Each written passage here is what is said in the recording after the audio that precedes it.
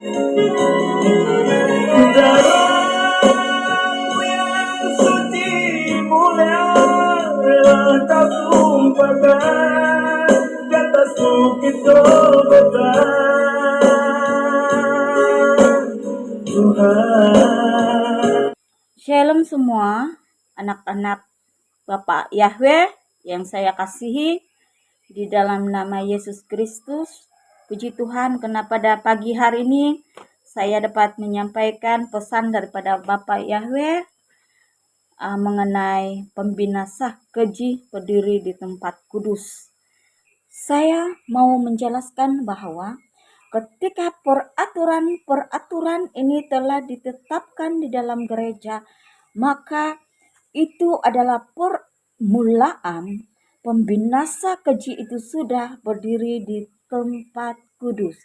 Jadi jangan heran kalau saat ini anak-anak Allah Bapa yang tidak menerima tanda itu mengalami kesukaran pada saat ini karena Allah Bapa sudah menyatakan di dalam firman-Nya. Matius 24 ayat 15. Jadi apabila kamu melihat pembinasa keji berdiri di tempat kudus, menurut firman yang disampaikan oleh Nabi Daniel, para pembaca hendaklah memperhatikannya.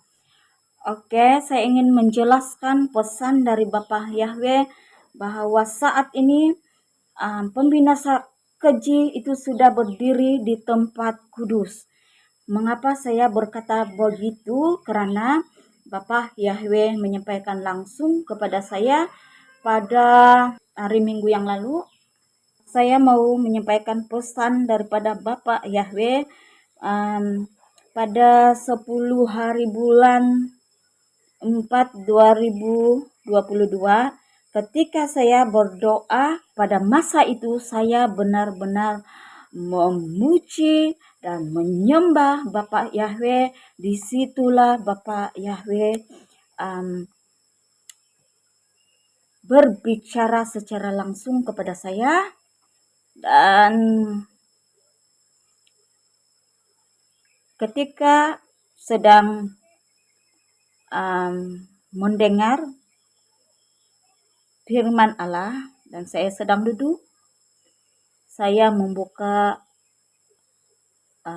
grup pelayanan. Di situ adanya peraturan yang telah ditetapkan.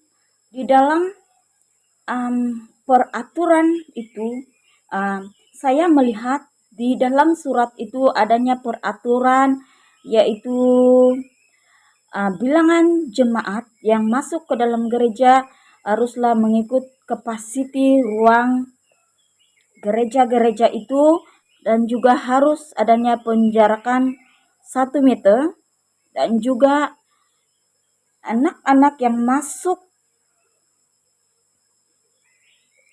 ke dalam kelas pembelajaran haruslah terdiri daripada ibu bapak yang sudah diberikan suntikan. Dan juga terdapat juga peraturan lain yang sudah ditetapkan di situ. Jadi saya biasanya akan berdoa untuk hal ini, merendahkan diri dan berkata, hanya Bapak Yahweh tahu semua ini. Ketika saya mendengar khotbah pada hari itu, Bapak Yahweh berbicara kepada saya, pembinasa keji. Lalu saya sangat terkejut. Wah, Roh Kudus mula memberikan saya pengertian dan berbicara terus bahwa setiap peraturan-peraturan yang telah ditetapkan itu adalah peraturan-peraturan berasal daripada pembinasa keji itu yang sudah duduk di tempat yang maha kudus, yaitu di dalam gereja tempat ibadah kita. Jadi jelas di sini ketika kita membaca teks ini, apa yang berlaku ketika pembinasa keji berdiri di tempat kudus, itu maka kita akan mengalami siksaan yang berat dan adanya Mesias palsu yang timbul. Ini akan terjadi. Marilah kita membaca Matius 24, 15 sampai 28 ini dan kita minta pengertian daripada Allah Bapa untuk peristiwa yang berlaku seterusnya. Jadi apabila kamu melihat pembinasa keji berdiri di tempat kudus, menurut firman yang disampaikan oleh Nabi Daniel, para pembaca hendaklah memperhatikannya. Maka orang-orang yang di Yudea haruslah melarikan diri ke pergunungan. Orang yang sedang di peranginan di atas rumah, janganlah ia turun untuk mengambil barang-barang dari rumahnya. Dan orang yang sedang di ladang, janganlah ia kembali untuk mengambil pakaiannya.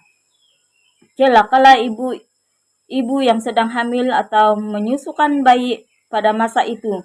Berdoalah supaya waktu kamu melarikan diri itu jangan jatuh pada musim dingin dan jangan pada hari Sabat. Sebab pada masa itu akan terjadi siksaan yang dahsyat seperti yang belum pernah terjadi di sejak awal dunia sampai sekarang. Dan yang tidak akan terjadi lagi. Dan sekiranya waktunya tidak dipersingkat, maka dari segala yang hidup tidak akan ada yang selamat. Akan tetapi oleh karena orang-orang pilihan, waktu itu akan dipersingkat. Pada waktu itu jika orang berkata kepada kamu, lihat Mesias ada di sini, atau Mesias ada di sana, jangan kamu percaya. Sebab Mesias-Mesias palsu dan nabi-nabi palsu akan muncul, dan mereka akan mengadakan tanda-tanda yang dahsyat dan mukjizat-mukjizat, sehingga sekiranya mungkin mereka menyesatkan orang pilihan juga. Camkanlah, aku sudah mengatakan terlebih dahulu kepadamu. Jadi apabila orang berkata kepadamu, lihat ia ada di padang gurun, janganlah kamu pergi ke situ. Atau lihat ia ada di dalam bilik, janganlah kamu percaya.